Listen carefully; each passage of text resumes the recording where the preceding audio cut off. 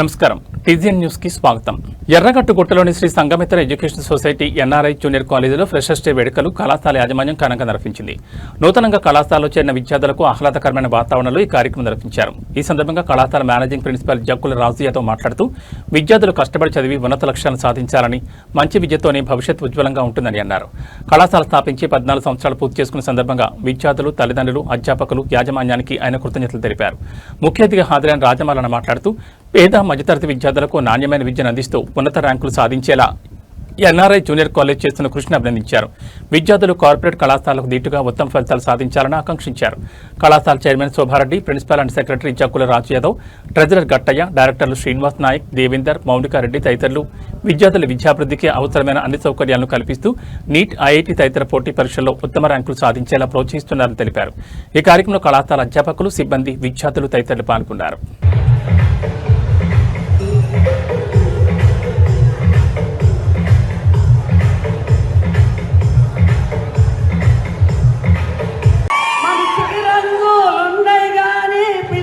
మనిషికి రంగులున్నాయి కానీ పాలకులు కుండలు రంగులున్నాయా?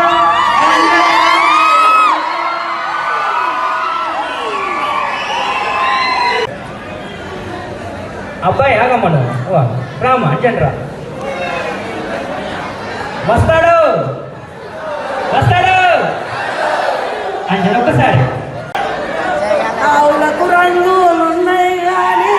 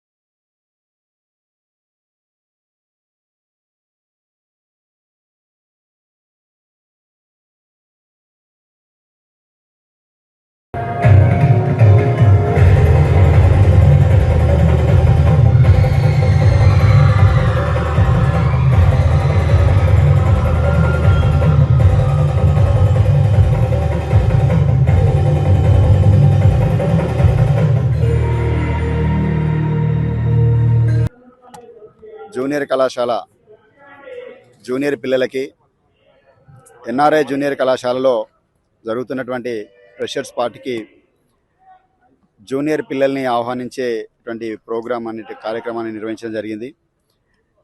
ఈ ప్రోగ్రాం ఎవ్రీ ఇయర్ జరుగుతూనే ఉంటుంటుంది. ఫ్రెషర్స్ వస్తూనే ఉంటాంటారు, వాళ్ళకు సెకండ్ ఇయర్ పిల్లలు స్వాగతం పలుకుతూనే ఉంటాంటారు. ఈ ప్రోగ్రాం అనేటువంటిది ప్రతి సంవత్సరం జరిగేటువంటి ఒక పండుగ లాంటి వాతావరణం. మా కళాశాల ఎస్టాబ్లిష్మెంట్ చేసి 14 సంవత్సరాలు అవుతున్నది. ఇది ఆ 14 సంవత్సరాల కాంచెలి అంచెలంచెలుగా ఎదిగి సాధారణ విద్యార్థులకు, బడుగు బలహీన వర్గాల పిల్లలకి, అదేవిధంగా బిలో మిడిల్ క్లాస్ పిల్లలకి చాలా ఉన్నతమైన విద్యను కల్పిస్తూ కార్పొరేట్ స్థాయి విద్యను అందిస్తూ ఎన్ఆర్ఐ కళాశాల అనేది సంవత్సరానికి ర్యాంకుల శాతం పెంచుకుంటూ ఐఐటి, జేఈ, నీట్, ఎప్సెట్ ర్యాంకులలో రాష్ట్ర స్థాయి ర్యాంకులు సాధించి మా విద్యార్థులందరికీ మరియు మిగతా పిల్లలందరికీ మార్గదర్శకంగా నిలబడుతున్నారు. అదేవిధంగా ఎందుకంటే చాలా పేద వర్గాల నుంచి వచ్చినటువంటి పిల్లలు, గవర్నమెంట్ స్కూళ్ళల్లో చదివినటువంటి పిల్లలకి ఐఐటి, జేఈ ర్యాంకులు సాధించడం అనేటువంటిది మా ప్రత్యేకత చెప్తున్నాము. నీట్ అదేవిధంగా ఎప్సెట్లో కూడా మంచి మార్కులు సాధిస్తున్నారు. ఈ విధంగా 14 సంవత్సరాల నుంచి వెళ్ళి మా కళాశాల నడుపుతున్నందుకు మాకు ఒక ఆనందం ఉంది, ఒక రకమైనటువంటి బాధ్యత కూడా పెరిగింది. అదేవిధంగా ఈరోజు కూడా అదే కార్యక్రమంలో భాగంగా ఈరోజు కూడా వెల్కమ్ పార్టీ అనేటువంటి కార్యక్రమాన్ని నిర్వహించడం జరుగుతుంది. ఆ విధంగా అందరూ ఇక్కడికి చాలామంది ర్యాంకులు ఉన్నటువంటి 468కి 470 మార్కులకు గాను 468 మార్కులు మా పిల్లలు సాధించిళ్ళు. అదేవిధంగా 440 మార్కులకు 437 మార్కులు బైపీసీలో, 470 మార్కులు 468 మార్క్స్ ఎంపీసీలో, 500 మార్క్స్కి 489 మార్క్స్ సిఈసిలో ప్రథమ స్థాయి ర్యాంకు సాధించి, అదేవిధంగా 1000 మార్కులకు గాను సెకండ్ ఇయర్ విద్యార్థులు 1000 మార్కులకు గాను 992. సంగారెడ్డి జిల్లా రామచంద్రాపురం మండలం తెల్లాపూర్ డివిజన్ పరిధిలోని బీహెచ్ఈఎల్ ఎంప్లాయ్ సైబర్ కాలనీలో మాజీ కౌన్సిలర్ చిట్టి ఉమేశ్వర్ తన సొంత నిధులు సుమారు 7 లక్షల వ్యయంతో చేపట్టిన అంతర్గత సీసీ రోడ్ల నిర్మాణ పనులకు పటాన్చెరు ఎమ్మెల్యే గూడెం మహిపాల్ రెడ్డి ముఖ్య అతిథిగా హాజరై శంకుస్థాపన చేశారు. ఈ సందర్భంగా ఎమ్మెల్యే మాట్లాడుతూ ప్రజా సమస్యల పరిష్కారానికి కాలనీల అభివృద్ధికి ప్రజాప్రతినిధులు నాయకులు ముందుండడం ఎంతో హర్షణీయమని పేర్కొన్నారు. ప్రజల సౌకర్యార్థం సొంత నిధులతో సీసీ రోడ్డు వేయించడంపై మాజీ కౌన్సిలర్ చిట్టి ఉమేశ్వర్ను ఆయన ప్రత్యేకంగా అభినందించారు. కాలనీల్లో మౌలిక వస్తువుల కల్పనకు తమ వంతు సహకారం ఎల్లప్పుడూ ఉంటుందని హామీ ఇచ్చారు. ఈ కార్యక్రమంలో మాజీ కౌన్సిలర్ శ్రీశైలం, మాజీ cooption member Sripal, BRS senior నాయకులు Ravinder Reddy, Devender Yadav, Dayakar Reddy, Venkatramareddy, Prem, Srisailam, Sagar, colony president Sanjay Prasad, vice president Madhavarao, secretary Yedukondalu, colony వాసులు, స్థానిక నాయకులు పెద్ద సంఖ్యలో పాల్గొన్నారు.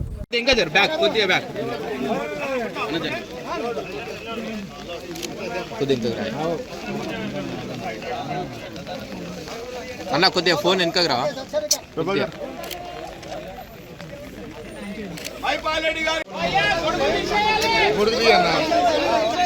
నేను దూరం నుంచి ఇస్తా.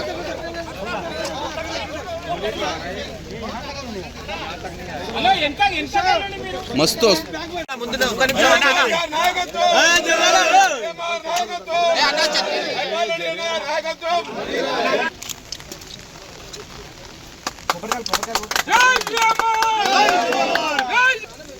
కొడతావా హాజరు పక్క జరిగితే బాగుంటుంది.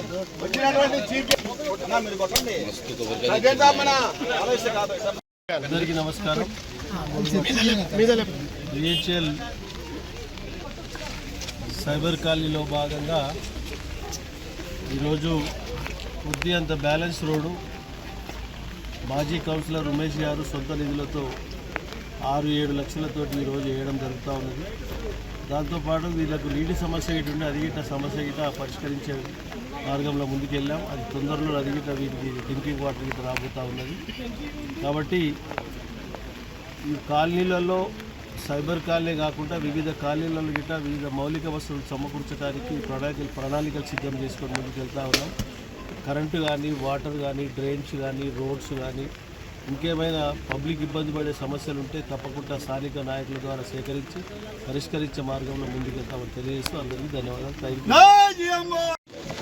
ఇక్కడికి వచ్చే వాళ్ళకి అందరికీ పేరు పేరున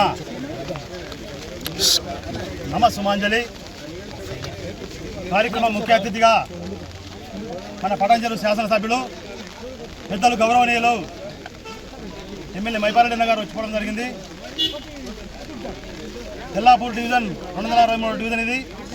గతంలో మున్సిపాల్ ఉండే ఆ మున్సిపాలిటీలో మేము తీర్మానం చేసిన చైర్మన్ గారు, వైస్ చైర్మన్ గారు, కౌన్సిలర్లు అందరం కలిసి కోఆప్షన్ మెంబర్లు తీర్మానం చేసిన మీ రోడ్డుకు కాంగ్రెస్ గవర్నమెంట్ వచ్చింది. దురదృష్టవశాత్తు కావాల్సుకొని కమిషనర్ వచ్చి అయ్యా అక్కడ ఈ రోడ్ ఇవ్వడం జరగదు గేటెడ్ కమిటీకి అంటే, సార్ మేము కమిట్మెంట్ ఇచ్చినాము అంటే మీరు చాలా ఇస్తారండి, మేము ఇయ్యమట్లా ఇయ్యం కాబట్టి మీరు ఏమన్నా ఏం చేసుకోండి మా ఉద్యోగం మూడు కొట్టుకోవాలన్నాడు. అప్పుడు ఎట్లా పాసిబుల్ అయితే ఇప్పుడు ఎట్లా కాస్తారంటే కూడా ఆయన వినలేడు. అజయ్ కుమార్ కమిషనర్ ఉన్నప్పుడు సరే అని చెప్పి మళ్ళీ కాళీవాస్ అందరూ వచ్చారు. ప్రెసిడెంట్ గారు కానీ, మాజీ ప్రెసిడెంట్, డైరెక్టర్లు, జనరల్ సెక్రటరీ, ఇక్కడ ఉన్న యాక్టివ్ మెంబర్స్ మల్లేష్ కానీ, సూర్య గారు కానీ, గోవర్ధన్ గారు, అందరూ పేరు పేరున అందరికి ప్రత్యేక ధన్యవాదాలు. మేము అప్పుడే మాట్లాడినాక మున్సిపల్ వేసినా వేయకపోయినా జిహెచ్ఎంసీ వాళ్ళు కూడా వేయరు. వాళ్ళని అడిగితే మేము వేయమని చెప్పారు. సరే అన్న మరి ఏం చేస్తామంటే నేను ఒకటే చెప్పిన, మీరు అధైర్యపడద్దు, ఆ రోడ్ వేయడానికి నేనే వేస్తా అని చెప్పి ఆ రోడ్ వేస్తా, సీసీ రోడ్ వేస్తామని చెప్పడం జరిగింది. అప్పటికి ఈరోజు నిన్న ఎమ్మెల్యే గారి చెప్పి ఒక మాట చెప్పగానే సరే వస్తాం వేసి పొద్దున సాయంత్రం పెట్టని చెప్పిండు, పెట్టడం జరిగింది. ఇక్కడికి వచ్చిన వారికి అందరికీ ధన్యవాదాలు. మన బీఆర్ఎస్ పార్టీ అధ్యక్షులు పెద్దలు దేవేందర్ యాదవ్ గారు, telecon board member Dayakar Reddy గారు. సంగారెడ్డి పటాన్చెరు ప్రాంతంలో నూతన ప్రీమియం బ్యూటీ మేకప్ హెయిర్ డెస్టినేషన్గా హెచ్ఆర్ లక్ష్ స్టూడియో ప్రారంభమైంది. ప్రముఖ సినీ సెలబ్రిటీ డాక్టర్ ప్రీతిరెడ్డి ముఖ్య అతిథిగా హాజరై స్టూడియోను ప్రారంభించారు. కార్యక్రమానికి పటాన్చెరు ఎమ్మెల్యే గూడెం మహిపాల్ రెడ్డి హాజరయ్యారు. Miss universe international global queen 2025 విజేత హేమలతారెడ్డి ఆధ్వర్యంలో ఏర్పాటు చేసిన ఈ స్టూడియోలో bridal makeup, hair treatments, hair colouring, nail art, spa, personal makeup తదితర ప్రీమియం సేవలు అందించనున్నారు. స్టూడియో యజమాని హేమలతారెడ్డి మాట్లాడుతూ బ్యూటీ సేవలతో పాటు యువతకు వృత్తిపరమైన శిక్షణ అందించేందుకు త్వరలోనే హెచ్ఆర్ లక్స్ స్టూడియో బ్యూటీ అకాడమీని ప్రారంభించనున్నట్లు తెలిపారు. Makeup, hair styling, nail art, skin and beauty సేవలు, పర్సనల్ మేకప్ తదితర అంశాల్లో ప్రాక్టికల్ శిక్షణ అందిస్తామని చెప్పారు. బ్యూటీ రంగంలో అవకాశాలు కోరుకునే యువత ఇతర నగరాలకు వెళ్లాల్సిన అవసరం లేకుండా పటాన్చెరులోనే నాణ్యమైన శిక్షణ అందించడమే అకాడమీ లక్ష్యమన్నారు. ప్రొఫెషనల్ టెక్నిక్స్, పరిశ్రమ ప్రమాణాలతో కూడిన శిక్షణ ద్వారా విద్యార్థుల్లో నైపుణ్యం, ఆత్మవిశ్వాసాన్ని పెంచుతామని తెలిపారు. అకాడమీ కోర్సులు, బ్యాచ్లు, సర్టిఫికేషన్ల పూర్తి వివరాలను ప్రారంభోత్సవ సమయంలో వెల్లడిస్తామని చెప్పారు.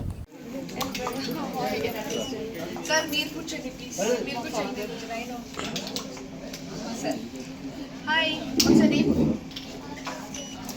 Thank you. Okay. Facial. But you're not doing something like no. This is for yeah, and that is sweet basically.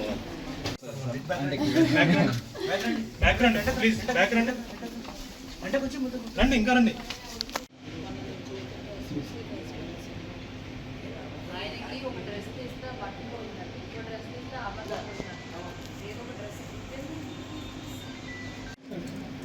So, all the best and many congratulations to Hema Reddy Garu and her salon. Thank you.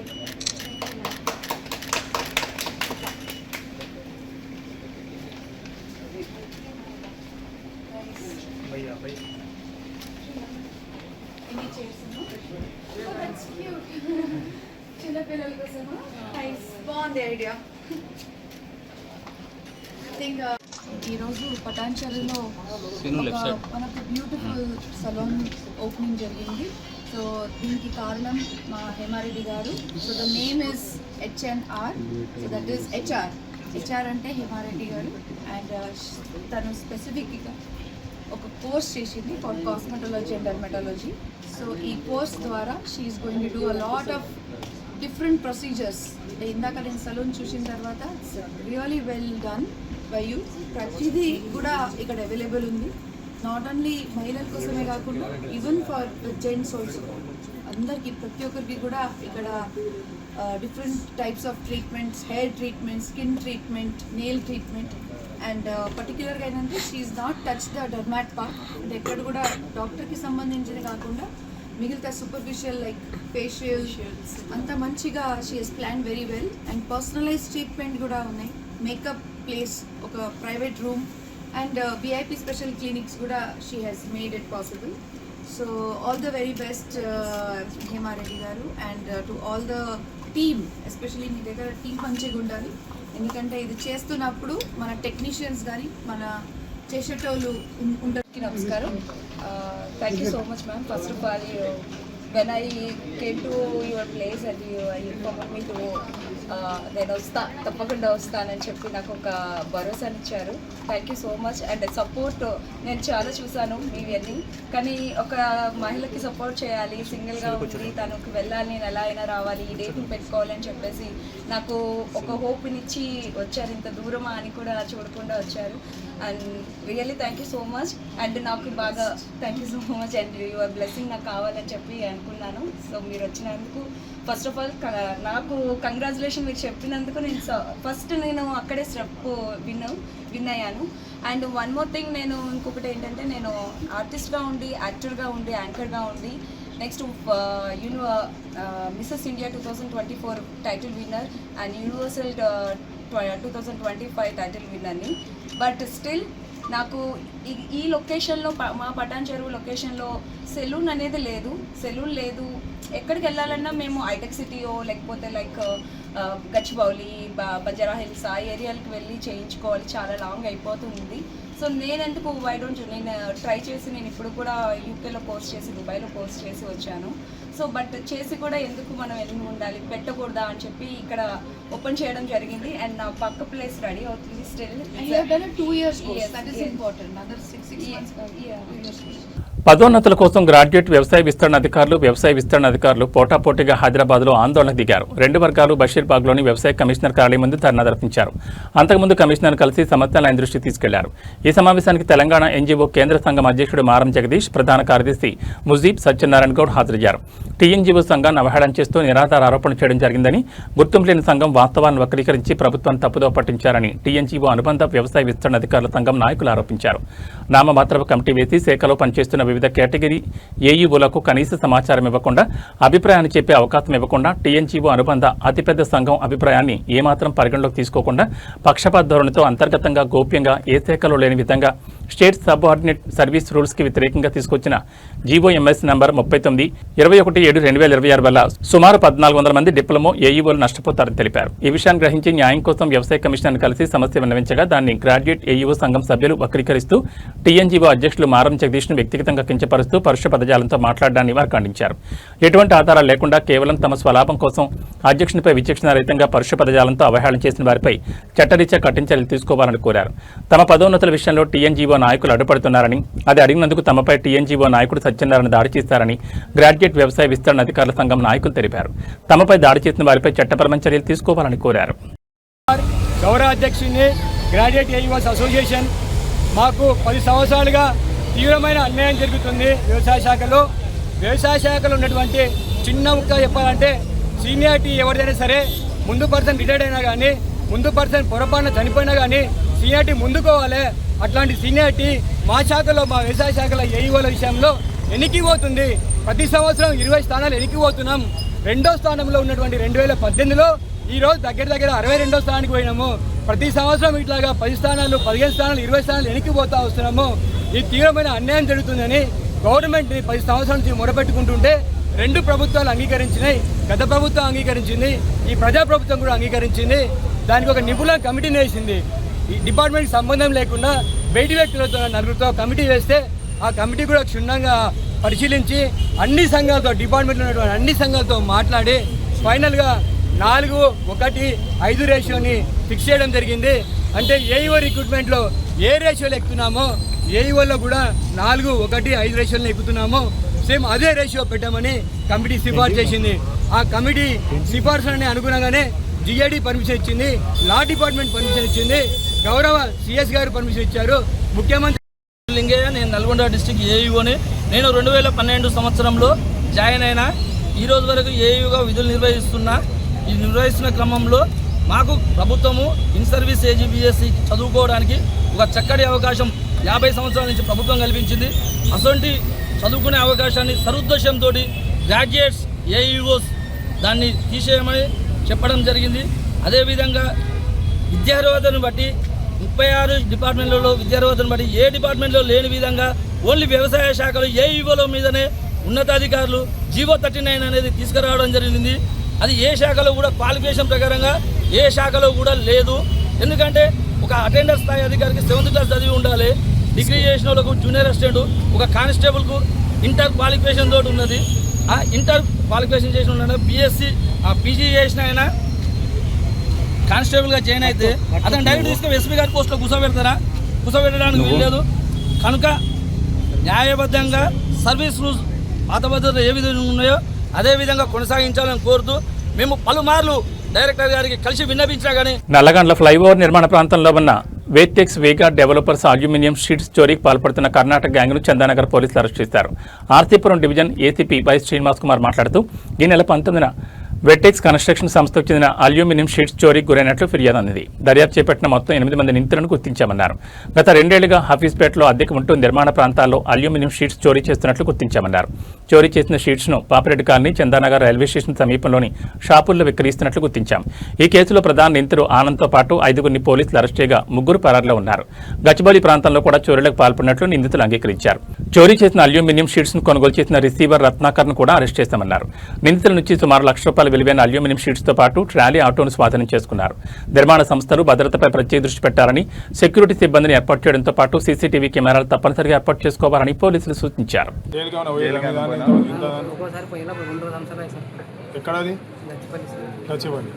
ఏం కేసులో truck load చేసేది? ఇప్పుడు మీకు ఆ security వాళ్ళతో ఏమైనా ఉంటుందా దోస్తాను, వాళ్ళు ఏమైనా చెప్తారా మీకు? ఆటోలు ఎక్కడివి? ఆటోలో ఏం పని చేస్తాను? మామూలు కోటర్ ఆటో. ఎట్లా ప్లాన్ చేస్తావు అది చెప్పాలి. ఎట్లా చేస్తారు, నువ్వే ఏం చేస్తావు, వాళ్ళు ఏం చేస్తారని చెప్పాలి. అందరు చూసి చేస్తారా? ఎట్లా చేస్తారు చెప్పాలి. అక్కడ చెప్పాలి సార్, అడగాలి. మీరు ఎట్లా వెళ్ళి ఎట్లా చేస్తారు, ఏ టైంలో వెళ్తారు? ఎంతమంది మొత్తం? ఒక ఎక్యూడ్ దొరికినాడు, ఒక రిసీవర్ దొరికినాడు, ఇంకొక రిసీవర్ని పట్టుకోవాలి. అతను ఆఫ్స్టాండింగ్ ఉన్నాడు, షాప్ బంద్ చేసి పారిపోయినాడు. అతని పేరు రాజు, ఇతని పేరు ఇతను ఆఫీస్ పేరులో ఉంటాడు.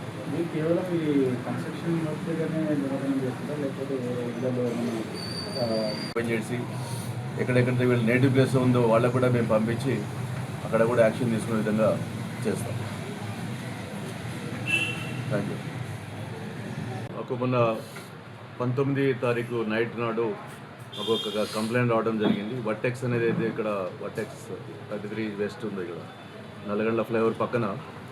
దాంట్లో వాళ్ళ మేనేజ్మెంట్ కంప్లైంట్ చేయడం ఏమిటిదంటే, ఏవైతే అల్యూమినియం షీట్స్ ఉంటాయో రూఫ్కి అలా పెట్టేందుకు ఈ మధ్య కొత్తగా కన్స్ట్రక్షన్ సైట్లో అందరూ కూడా అల్యూమినియం షట్టరింగ్ షీట్స్ అంటారు, ఇవి ఇటువంటివి దొంగతనాలు అయినని చెప్పేసి వాళ్ళు కంప్లైంట్ ఇవ్వడం జరిగింది. దాని మీద మేము ఇన్వెస్టిగేషన్ స్టార్ట్ చేస్తే దాంట్లో మేము 2 ట్రాలీని ఐడెంటిఫై చేయడం జరిగింది, 2 ఆటో ట్రాలీస్. ఇవి ఈ స్క్రాప్ వీళ్ళు తీసుకెళ్ళి, ఈ అల్యూమినియం షీట్స్ తీసుకెళ్ళి వీళ్ళు ఇక్కడ మన పైప్ లైన్ ఇటు సైడ్ రోడ్లో ఈ స్క్రాప్ దుకాణాల్లో వీళ్ళు అమ్మడం కూడా చేస్తూ ఉన్నారని తెలిసింది. ఒకటేమో పాపిరెడ్డి కాలనీ ఉంది, ఇంకోటేమో పక్కన చందన రైల్వే స్టేషన్ రోడ్లో 2 షాప్స్లో వీళ్ళు అమ్మడం జరిగిందని తెలిసింది. ఇవి మొత్తం కూడా దాదాపు 2.5 లక్షల వర్త్, ఇవి అంటే కొంటేనేమో 2 లక్షలు పెట్టి 2.5 lakhs వర్త్ అల్యూమినియం ప్రొఫైల్స్ ఇవి. వీళ్ళు ఎక్యూడ్ ఆల్రెడీ దీంట్లో మెయిన్ ఎక్యూడ్ వెళ్తున్న ఆనంద్ అని చెప్పేసి ఇతను ఇంతకుముందు కూడా ఒక కేసులో అరెస్ట్ అయ్యి గచ్చిబౌలి పిఎస్ నుంచి రిమాండ్ కావడం కూడా జరిగింది ఇంతకుముందు. ఇప్పుడు ఇతను గ్యాంగ్ లీడర్గా ఉన్నాడు, ఈ ఆనంద్ అనే అతను మిగతా వాళ్ళు ఆనంద్ మెయిన్ లీడర్, దాంతోపాటు అనిల్, బాలాజీ, సుభాష్, యోగేష్ అని నలుగురు దొరికిన, మొత్తం 5 మంది దొరికినారు ఇప్పుడు వస్తాం. ఇంకా 3 పరారీలో ఉన్నారు. దీంట్లో రాజు అనే అతను మొత్తం 4 అఫెన్స్లు ఈ రోజు వరకు చెప్పడం జరిగింది.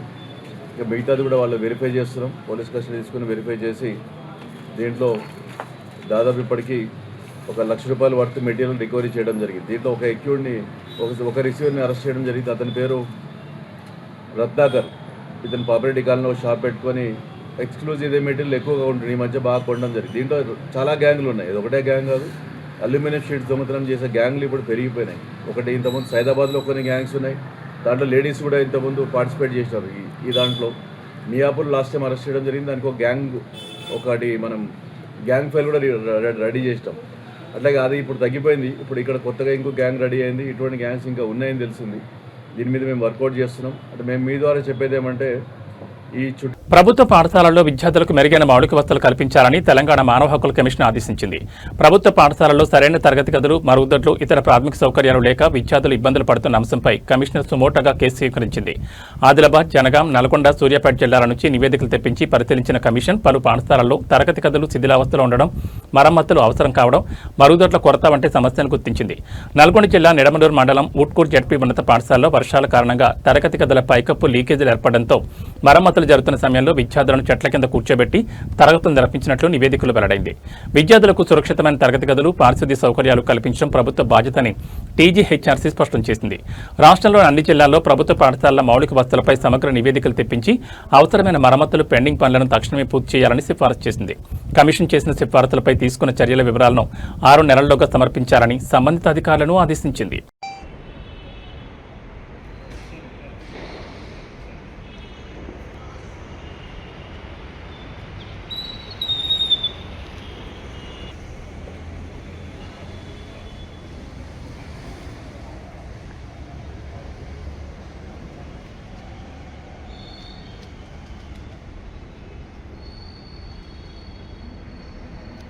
హైదరాబాద్లోని ఏసీ గార్డ్స్లో ఎస్ఐఆర్ నోటీసుల పంపిణీని పరిశీలించారు GHMC commissioner R V Karnan Nampally assembly నియోజకవర్గంలోని ఏసీ గార్డ్స్ సిఐబి క్వార్టర్స్లోని పోలింగ్ స్టేషన్ నెంబర్ 1 వద్ద కొనసాగుతున్న స్పెషల్ ఇంటెన్సివ్ రివిజన్ నోటీసుల పంపిణీ ప్రక్రియను పరిశీలించారు. ఈ సందర్భంగా బిఎల్ఓ సూపర్వైజర్, ఏఈఆర్ఓ, ఈఆర్ఓలతో కమిషనర్ మాట్లాడి ఓటర్లకు ఎస్ఐఆర్ నోటీసులను క్రమబద్ధంగా పంపిణీ చేయాలని సూచించారు. నోటీసుల ఉద్దేశాన్ని ఓటర్లకు స్పష్టంగా వివరించి అవసరమైన ప్రక్రియను పూర్తి చేసేందుకు వారికి సహకరించాలని అధికారులను ఆదేశించారు. అనంతరం స్థానిక ఓటర్లతో కమిషనర్ మాట్లాడి ఎస్ఐఆర్ ప్రక్రియ ప్రాధాన్యతను వివరించారు. నోటీసుల్లో ఉన్న వివరాలను ఓటర్లు జాగ్రత్తగా పరిశీలించి నిర్ణీత గడువులోగా అవసరమైన పత్రాల సమాచారాన్ని సమర్పించాలని సూచించారు. ఏమైనా సందేహాలు లేదా సమస్యలుంటే సంబంధిత బిఎల్ఓను సంప్రదించి సహాయం పొందాలని తెలిపారు.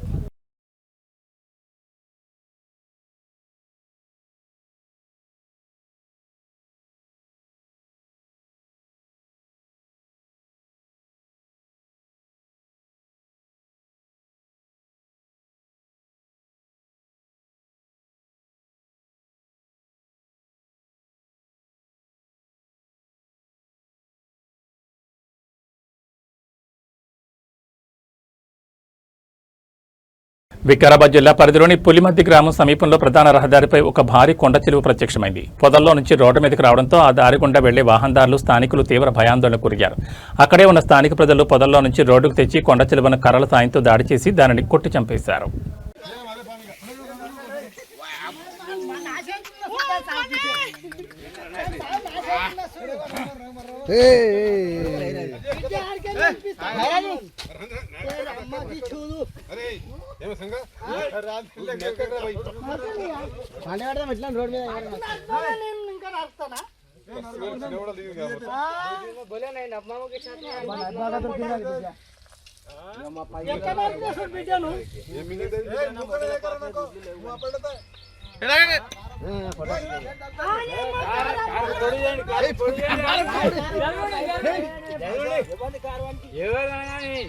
లొకేషన్ పోతాడా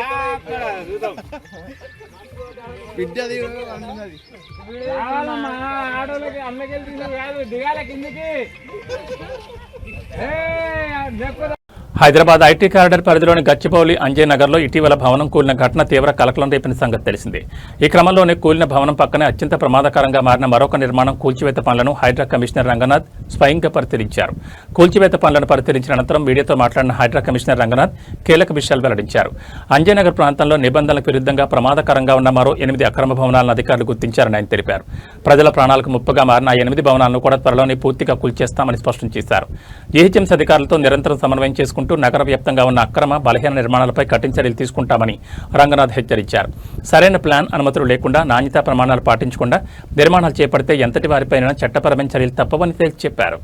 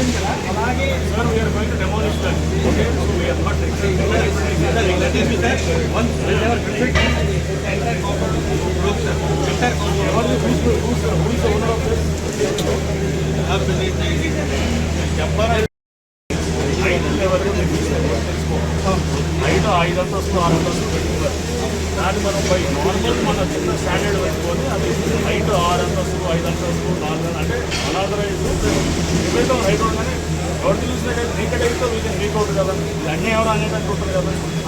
జనరల్ దాన్ని బట్టి 7 మీటర్స్ 20 మీటర్లు 20 మీటర్లు ఏ స్టాండర్డ్స్లో కూడా వీటిని మనం ఉపయోగించాల్సిన అవసరం లేదు. ఆ బిల్డింగ్ క్రిటికాలిటీ ఏంటంటే మీరు కూర్చున్నారు కదా గోడ, అదే గోడ మీద కట్టేది అండ్ దిస్ గోడ ఇస్ ఆ బిల్డింగ్ చేయాలని తెలంగాణ రాష్ట్ర వ్యాప్తంగా 22A నిషేధ భూ జాబితా విషయంలో రాష్ట్ర ప్రభుత్వం 10 లక్షల కోట్ల రూపాయలు వసూలు చేయడంతో పాటు దానిలో 30% కమిషన్ను వీరు తీసుకునేలా ఈ వ్యవహారం ఉందని తీవ్ర స్థాయిలో మల్కాజిగిరి ఎంపీ ఈటెల రాజేందర్ మండిపడ్డారు. రాష్ట్రంలో కాంగ్రెస్ ప్రభుత్వం భూములు అమ్మకాల విషయంలో దృష్టి పెట్టడమే తప్ప మౌలిక వస్తువులు కల్పించడంలో విఫలమైందని ఈటెల రాజేందర్ అన్నారు. వచ్చే నెలలో కూకట్పల్లి హౌసింగ్ బోర్డు భూముల వేలం విషయంలో బీజేపీ రాష్ట్ర కార్యవర్గ సభ్యుడు వడ్డేపల్లి రాజేశ్వరరావుతో కలిసి వేలం వేసే స్థలాలను పరిశీలించారు. ఈ సందర్భంగా మాట్లాడుతూ పేదవాళ్ల సొంతింటి కల నెరవేర్చేందుకు హౌసింగ్ బోర్డును ఏర్పాటు చేస్తే ఇప్పుడు ప్రైవేట్ వ్యక్తులకు ఉపయోగపడేలా వ్యవహరిస్తున్నారని మండిపడ్డారు. గతంలో వైఎస్ రాజశేఖర రెడ్డి ముఖ్యమంత్రిగా ఉన్నప్పుడు ఎల్ఐజీ, ఎంఐజీ, హెచ్ఐజీ, ఈడబ్ల్యూఎస్ పేరిట భూములను విక్రయించేందుకు డోర్లు తెరిస్తే రేవంత్ రెడ్డి మొత్తాన్ని గాలి కుదిలేశారని అన్నారు. ఎక్కడ చూసినా చిన్న స్థలంలో 4 నుండి అంతస్తులు నిర్మాణం చేస్తున్నారని, ప్రమాదం జరిగితే ఎవరు బాధ్యత వహిస్తారని ప్రశ్నించారు. హౌసింగ్ బోర్డు స్థలాలను అమ్మకుండా ఇక్కడ ఉండే నివాసులకు ఉపయోగపడేలా కమ్యూనిటీ హాల్, స్కూళ్ల నిర్మాణం, ఆట స్థలాలు, పార్కులు, అంగన్వాడీ కేంద్రాలు నిర్మించాలని డిమాండ్ చేశారు. శివారు ప్రాంతాల్లో భూములు అమ్మితే 200 కోట్లకు పైగా ఆదాయం వస్తుందని ప్రభుత్వం చెబుతున్న నేపథ్యంలో శివారు భూములు అమ్ముకొని ప్రస్తుతం ఉన్న భూములను మౌలిక సదుపాయాలకు ఉపయోగించాలన్నారు. 2వ తేదీన జరగనున్న వేలాన్ని రాష్ట్ర ప్రభుత్వం విరమించుకోకపోతే ఉద్యమిస్తామని వెల్లడించారు. డబుల్ బెడ్రూమ్ ఇండ్ల నిర్మాణం విషయంలో కూడా రాష్ట్ర ప్రభుత్వం ఎక్కడ లబ్ధిదారులు ఉంటే అక్కడే నిర్మాణాలు చేపట్టాలని, శివారు ప్రాంతాల్లో ఇచ్చి వారి పొట్టను కొట్టొద్దని సూచించారు. ప్రతిపక్ష పార్టీలు, ఎమ్మెల్యేలు, ఎంపీలుగా తాము చెబుతున్నా కూడా ప్రభుత్వం భూముల అమ్మకాల విషయంలో మొండి వైఖరి ఇవ్వడం లేదని విమర్శించారు. రాజశేఖర గారు ముఖ్యమంత్రి ఉన్నప్పుడు 2005, 2006లో మొట్టమొదటిసారిగా ఈ భూముల్ని కొంత ప్రైవేటు వ్యక్తులకు అమ్మింది. అందులో మలేషియా టౌన్షిప్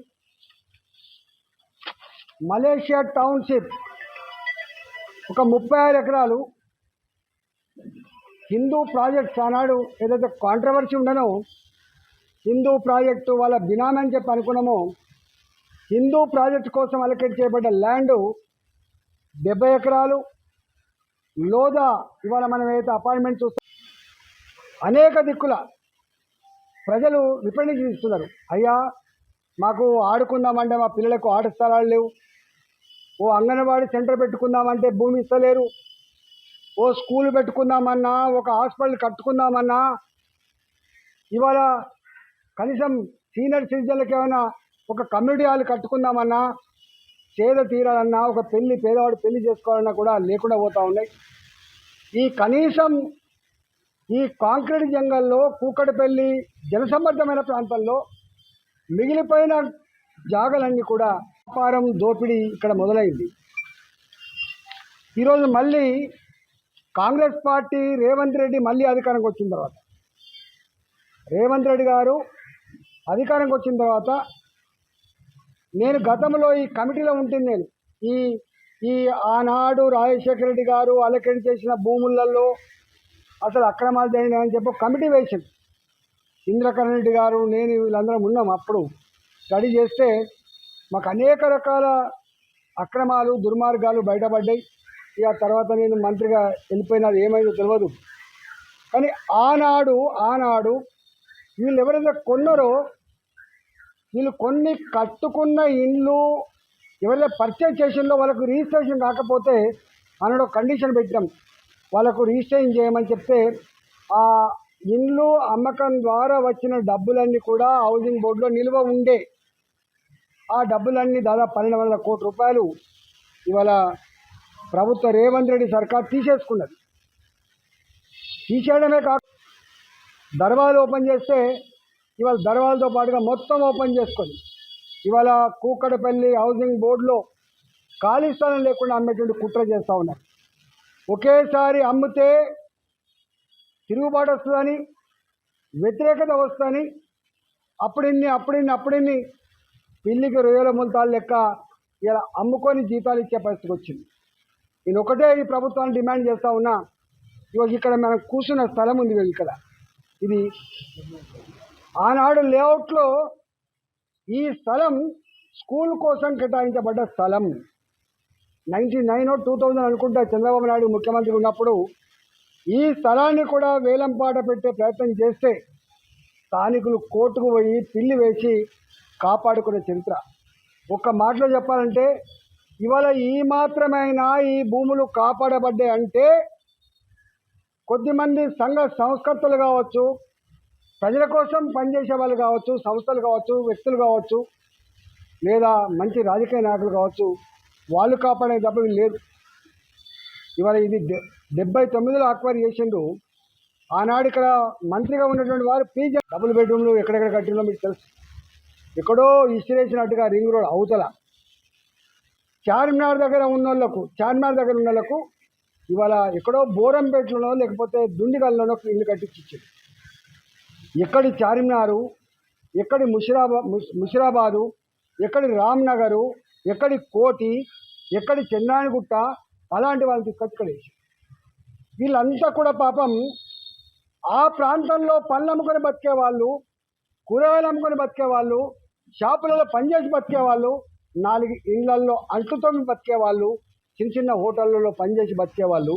వాళ్ళని తీసుకొని ఇక్కడ వేస్తే తలుగు వట్టిగుందని బరినగున్నట్టు అయిపోయింది వాళ్ళకి అంటున్నారు. వాళ్ళు తలుగు వట్టిగుందని బిడ్డ, బరినగున్నట్టు అయిపోయింది బిడ్డ. ఇలా మాకు ఇల్లు దొరికిందని చెప్పి అక్కడ పోతే అక్కడ కిలోమీటర్ల తరబడి ఎక్కడ ఊరు లేదు, కిలోమీటర్ల తరబడి ఎక్కడ కంపెనీలు లేవు, ఉపాధి లేదు. ఇవాళ వాళ్ళు సండే వచ్చిపోతున్నారు ఆటోలలో, వాళ్ళు సండే వచ్చిపోతున్నారు. ఎక్కడైతే వాళ్లకు ఉపాధి ఉందో, వాళ్ళకు ఒక సంబంధం ఏర్పడ్డదో, అనుబంధం ఏర్పడ్డదో, ఊరు పట్టు, ఉడుం పట్టు, వాడపట్టు, ఉడుం పట్టు లెక్క ఉందో గలాంటి జాగాల్లో కట్టియాలి. కానీ ఇవాళ ఎక్కడో ఇచ్చేసినట్టు పోతే వాళ్ళని ఇలా చేపను కదా నీళ్ళకెళ్ళి బయట ఎత్తే ఎట్లా కొట్టుకొని చచ్చిపోతుందో ఇవాళ ఆ పేదలు కూడా అట్లా కొట్టుకొని చచ్చిపోతారు.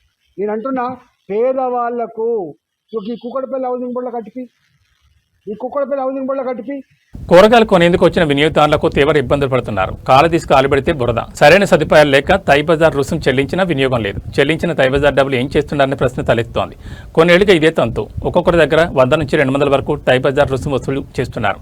వికారాబాద్ జిల్లా పరిగి మార్కెట్ యార్డ్లో కూరగాయల రైతులు ఆందోళన చేపట్టారు. మార్కెట్ యార్డ్లో రైతులను తీవ్ర ఇబ్బందులు గురి చేస్తున్నారు. మార్కెట్ యార్డ్ అధికారులు మార్కెట్ యార్డ్ ఆవరణలో ఉన్న షెడ్యూల్లో కూరగాయలు అమ్ముకుంటూ జీవనం కొనసాగిస్తున్న రైతులను ఖాళీ చేయించి బయటకు పంపించారు. కూరగాయల కోసం అమ్మేందుకు అక్కడ స్థలం కేటాయించాం, అక్కడే అమ్ముకోవాలంటూ ఖాళీ చేయించి పంపించారు. ప్రస్తుతం మార్కెట్ యార్డ్ షెడ్లో వినాయక చవితికి వినాయకుడిని అక్కడ పెట్టేందుకు రైతులందరినీ షెడ్లో నుంచి ఖాళీ చేయించారు. దీంతో రైతులకు తీవ్ర ఇబ్బందులు తలెత్తున్నాయి. రోజు కురుస్తున్న వర్షానికి కూరగాయలు అమ్మలేకపోతున్నామని, తెచ్చిన కూరగాయలు వర్షానికి నాని చెడిపోతున్నాయని, వాటిని అక్కడే పడేసి వెళ్తున్నామని, తాము నష్టపోతున్నామని ఆవేదన వ్యక్తం చేశారు. సంబంధిత అధికారులు ఇప్పటికైనా స్పందించి కూరగాయల మార్కెట్లో రేకుల షెడ్లు ఏర్పాటు చేసి మున్సిపల్ అధికారులు కూరగాయల మార్కెట్ను శుభ్రం చేయాలని వారు కోరుతున్నారు. వర్షాకాలం ఉండడంతో కూరగాయలు కొనేందుకు వచ్చిన వినియోగదారులతో పాటు రైతులు కూడా అనారోగ్య పాలవుతున్నారని ఆవేదన వ్యక్తం చేశారు. కూరగాయల మార్కెట్లో ఏకలతో అమలుతో నిండిపోయిందని అన్నారు. కూరగాయల మార్కెట్లో బురదమై ఉండడంతో వినియోగదారులు మార్కెట్లోకి రాకుండా రోడ్ల పక్కన ఉన్న కూరగాయల షాపుల్లో కూరగాయలు కొంటున్నారని, తాము కూరగాయలు పండించి లాభం పొందకుండా నష్టపోతున్నామని కూరగాయల మార్కెట్లోని రైతులు ఆవేదన వ్యక్తం చేస్తున్నారు.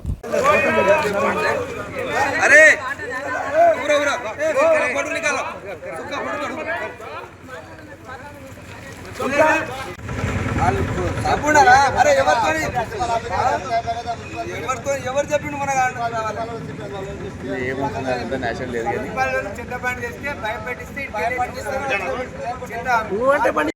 ఈ మార్కెట్ అనే కూరగాయలు తినే కూరగాయలు కొండపోతే వాళ్ళు పబ్లిక్ కొండపోతే వాళ్ళకి అయితే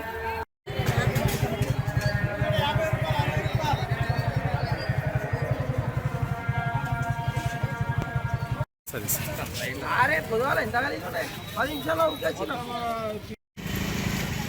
ఇప్పుడు 11 గంటల మంచిగా నడుస్తుంది సార్. తర్వాత ఎవరు వస్తలేరు. ఇది వీడియో తీసిన క్యాచ్ చేయి.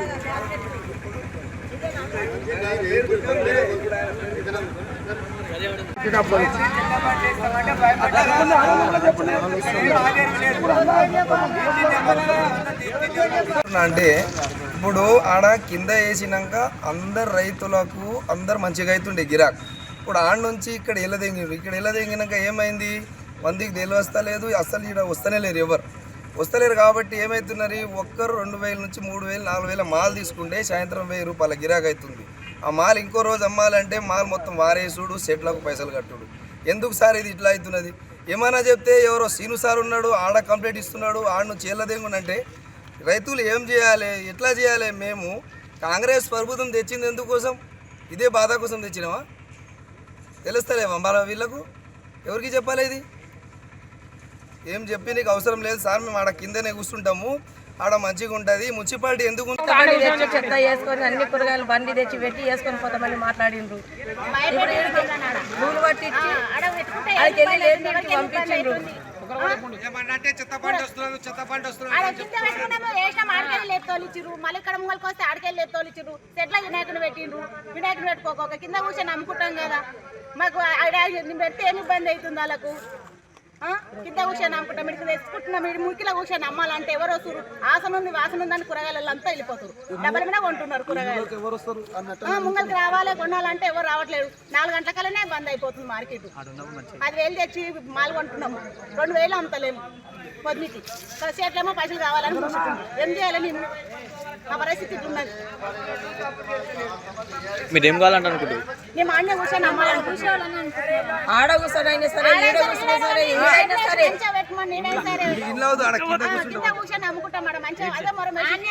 మార్కెట్ అయ్యేటప్పుడు మంచిగా సార్, బీట్లు అక్కడనే అవుతుండే, అక్కడనే కొనుక్కొని అక్కడనే అమ్మేటోళ్ళం.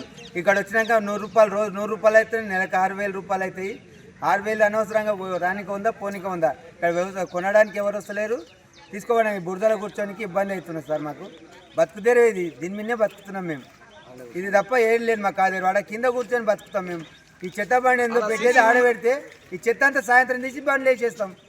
ఏమి ఇబ్బంది లేకుండా, ఎవరికి డిస్టర్బెన్స్ లేకుండా చేస్తాం సార్. కనీసం మా మీద దయ ఉంచండి. సీసీ బెడ్ మీద కూర్చుంటాం లైన్గా.